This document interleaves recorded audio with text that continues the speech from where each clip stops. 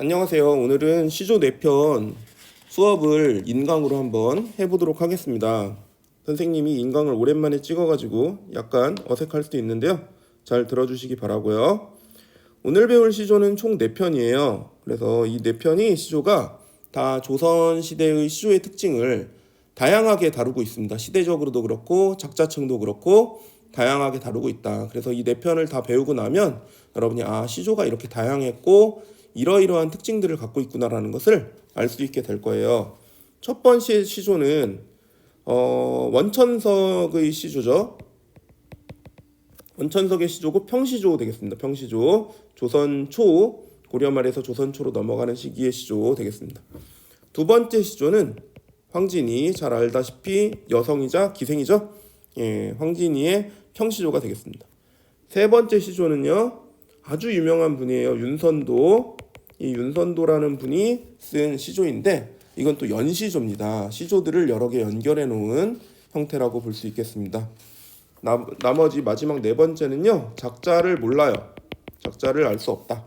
사설시조 되겠고요. 평민층 중에서도 아마 여성이 지었지 않을까라고 추정하고 있습니다.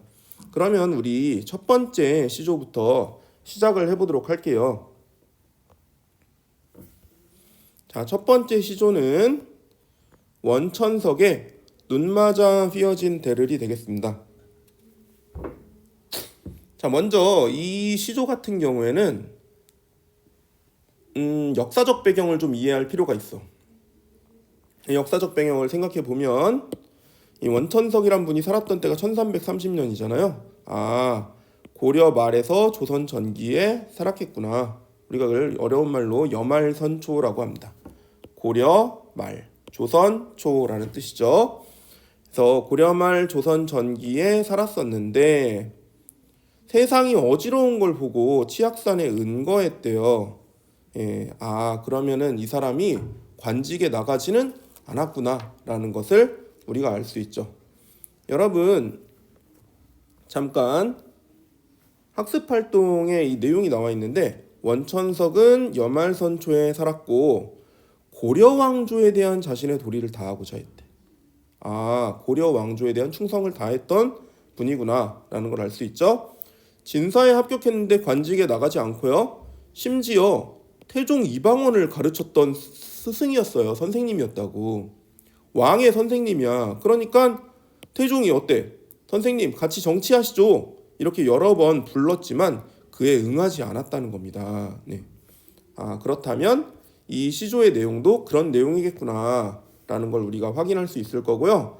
어쩌면 이방원에게 대답하는 답가의 형식이 아닐까라는 생각도 추정해 볼 수는 있겠죠.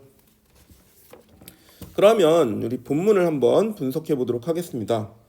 초장부터 볼게요. 초장 우리 시조는 어떻게 되어 있어? 초, 중, 종 3장 형태로 되어 있죠. 초장, 중장, 종장. 우리 시조하면 어떻게 보통 말해? 3장, 6구 이렇게 말을 합니다. 이게 각각 어떻게 된다? 초장, 다시 지우겠습니다. 초장, 중장, 종장으로 되어 있다. 6구는 뭐예요? 눈맞아 휘어진 대를 뉘라서 굽다 통고 구불절이면 눈 속에 풀을 쏘냐 아마도 세양고절은 너뿐인가 하노라 하면은 1, 2, 3, 4, 5, 6 해서 6개의 구로 이루어져 있다는 걸 알 수 있죠. 그럼 초장부터 다시 분석 시작해 보겠습니다. 초장의 핵심 시어는 뭐가 되겠어요? 눈 그리고 대 되겠습니다. 눈 같은 경우에는 세모치고 대 같은 경우에는 동그라미 치면 되겠죠? 그러면 우리 눈을 맞아서 대나무가 휘어졌대. 근데 그거를 누가 굽었다고 했어?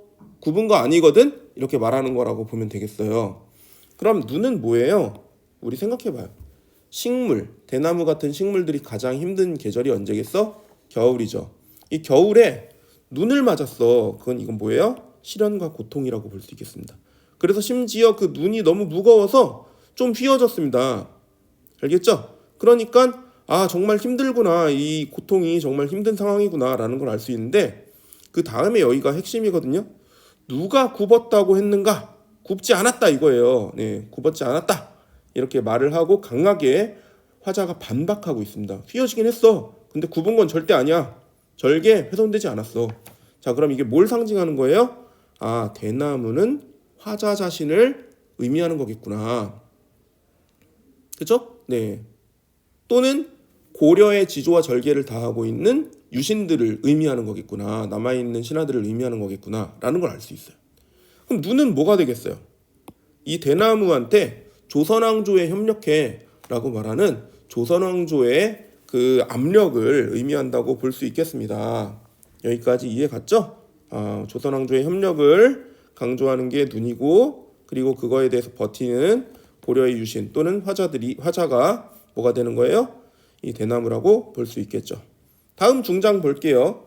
구불절이면 눈 속에 풀을 쏘냐 이랬습니다. 구불절이면 눈 속에 풀을 쏘냐. 이게 무슨 뜻이야? 진짜로 구불절, 예. 구불절, 굽을 것이면 굽힐절개였다면 이런 뜻이죠. 예. 그렇게 무릎 꿇고 굽힐 절개였다면 눈 속에서 푸르게 있겠느냐 이렇게 물어보는 거예요. 근데 이게 물어본 거긴 하지만 푸르다는 거야 안 푸르다는 거야? 당연히 푸르다는 거죠. 이거는 물어보는 형태로 하긴 했지만 의문의 형식을 사용하긴 했지만 사실은 뭐예요? 강조하기 위해서 의문의 형식을 사용한 것 뿐입니다. 이걸 우리가 조금 어려운 말로, 어려운 용어로 뭐라고 해? 서리법을 사용했구나 라는 것을 알 수 있습니다. 뭐라고? 의문의 형식을 활용해서 화자의 의지를 강조하는 것이다. 이렇게 보면 되겠습니다. 그러면 구불절이면 눈 속에서 푸르겠느냐? 예. 진짜로 굽힐 절개였다면 눈 속에서 푸르게 있겠느냐? 재밌는 점 하나 더 있습니다. 눈은 하얗고 대나무는 파랗죠. 색채 대비도 보이고 있네요. 다음 마지막 종장 보겠습니다. 종장의 첫 음절 어떻게 돼요? 첫 구는 어떻게 돼요? 예, 첫 번째 종장의 첫 번째는 세 글자 삼음절로 된다는 거 딱 지켰죠? 아마도 이렇게 되어 있습니다. 아마도 세한고절은 여기가 진짜 가장 중요한 부분이라고 볼 수 있겠죠? 세한고절. 세한고절은 이게 무슨 뜻이에요? 예, 세한고절이라는 것은 한겨울 추위를 이겨내는 절개 되겠습니다. 한겨울 추위를 이겨내는 높은 절개. 당연히 대나무를 의미하는 거고요. 화자 자신을 의미하기도 합니다. 아마도 세한고절은 너뿐인가 하노라. 너라고 불렀네요. 너라고 불렀다는 건 여기에 뭐가 사용됐다는 걸 알 수 있어요? 그렇죠. 사람인 것처럼 표현했으니까 의인법 사용됐다는 것을 확인할 수 있겠습니다. 그럼 이 종장을 통해서 하고 싶은 말은 뭘까요?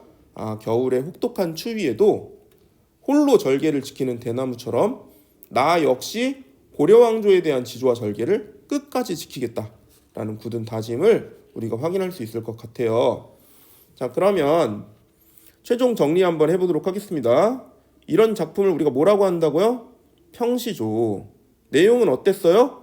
주제는 어땠어요? 고려에 대한 절개를 지키겠다. 굳은 의지를 말하고 있었습니다. 핵심적인 상징은 뭐예요? 그렇죠. 조선의 압력을 의미하는 눈. 화자의 의지를 상징하는 대나무가 있었습니다. 표현상 특징은 어떤 것들을 활용했어요? 자연물을 활용했고 또 서리법과 의인법을 활용했죠. 네, 이 원천석의 시조 우리가 한번 봤습니다.